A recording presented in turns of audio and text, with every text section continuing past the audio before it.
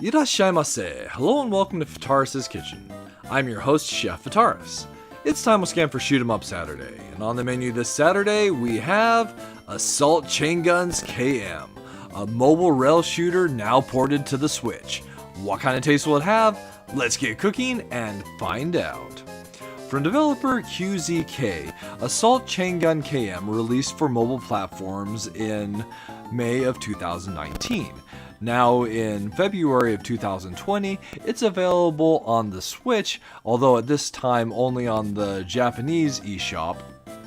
And really, this is one that I do hope to see get a wider release, as I've had a lot of fun with this. It harkens back to the late 90s heyday of the 3D light gun shooters that you could find in arcades. Titles like Time Crisis and Virtua Cop and Gunblade New York, and I've had a lot of fun with this one. So starting the game, we're taken to a screen where we can test our reticule speed. So one thing that's neat about this is you can actually play up to 4 players in this game. And there are a couple different ways you can control the reticule as well. You can use the analog, you can use touchscreen if you're playing in handheld mode, or you can use motion controls. And the motion controls I've found have been the best way to play the game. 2 modes, arcade and score attack. So of course in score attack we're trying to set the best score in a given stage. Arcade we're playing through the stages 1 through 7. Although once you've unlocked stages you can start on any of the stages up to stage 6. Something to keep in mind. Over the mobile version, the Switch version, not only does it allow you to play up to 4 players, but it does also include 2 extra stages. Starting in stage 1, we can see that the mechanics are actually very basic. So we just have this blue reticule that we're moving around the screen. You can hold down the fire button, and so we'll fire constantly. You don't have to worry about ammunition as it's infinite, and there aren't any power-ups or anything specific like that. We're just moving around the screen and shooting enemies. The enemies will be firing missiles back at us, but it's possible to shoot those missiles down. You can see when they're going to fire, the target indicator around the enemies will light up orange when they're about to shoot at you, so be aware of that. As far as the scoring is concerned, each time we hit an enemy, it increases our hit counter by 1. And the enemy is, when we defeat an enemy or blow up objects, then we'll get a score based off of our current hit counter. So basically, the hit counter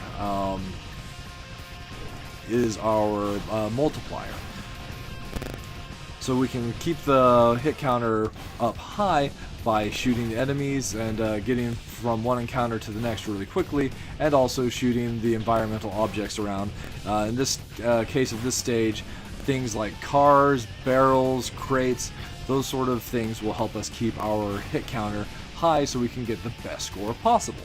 And really that's one of the fun things about this kind of title. And as far as the gameplay is concerned, really this does have the feel of those arcadey rail shooters.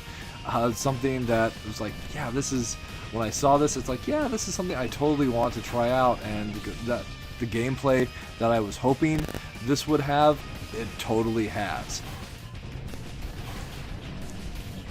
As we play through the stages, we have all these different encounters with the enemies, this robotic army that's occupying the city, and we have to defeat. After going through the stage for a while, a boss will appear. In the case of this stage, it's just this tank, relatively easy, and where his missiles all basically come from the same area, it's pretty easy to avoid taking damage.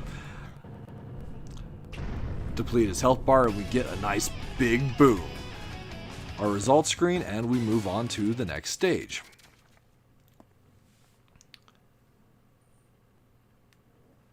Stage 2. So with the motion controls, they work really well. The gyroscopes on the Joy-Cons are actually surprisingly responsive. But there are times where it's necessary to reset your reticule position, and that's actually quite easy to do. So on the Joy-Con, if you were assuming you were holding it in a vertical position, it would be the X button to reset your reticule back to center. So if you happen to like drift it into a bad position, or if you need to like move your hand position, it's very easy to do so. The game does get harder throughout the course of the gameplay, where, especially in the last stages, there's situations where the screen is just full of missiles coming at you. You're not going to be able to shoot them all down. You will take damage, but it's pretty forgiving, at least the Switch version. I don't know about the original mobile version. Should you lose all your life, so basically take 10 missile hits, you'll be able to continue as long as you still have time on the clock. If you happen to run out your time by spending too much time taking out enemies in each individual encounter, then you'll get a game over. But you can start an arcade run on any stage that you've completed, so that's something to keep in mind. And that is basically Assault Chaingun's KM served up for your enjoyment. So really, this is one that I do hope gets a wider release, as I've had a lot of fun with it, and I would like to see it released in wider availability on eShops outside of Japan. As far as like a barrier to language, there's not really anything language dependent on this game, save for the game manual, but the mechanics are so simple that that's not really a problem. It's just, you know, like gun shooter, you like move the reticule around the screen and shoot the bad robots, boom, that's it. As far as minus flavors are concerned, so you can see that the camera is a little bit spastic. You're zooming around all over the place around these enemies, and sometimes it makes it hard to really get a bead on them. So I would have appreciated if maybe it was a little bit slower, more steady, but I realize that's part of how they keep the action moving. Then there's also just it being a little on the short side at a total of 7 stages. But the ability to play with up to 4 players and having that score attack and basically working on creating the best score possible, I think is something that does help give it a little bit more value. Maybe not quite what its asking price is, but maybe its asking price kind of English, or rather US equivalent is about $15. Maybe if it had a base $10 price point, I think that would probably be best. But as far as plus flavors are concerned, I really feel that it just like nails that arcadey, like rail shooter feel, and that's a feeling that I love. So it's one that I've actually had a lot of fun with, even if it is a little on the short side.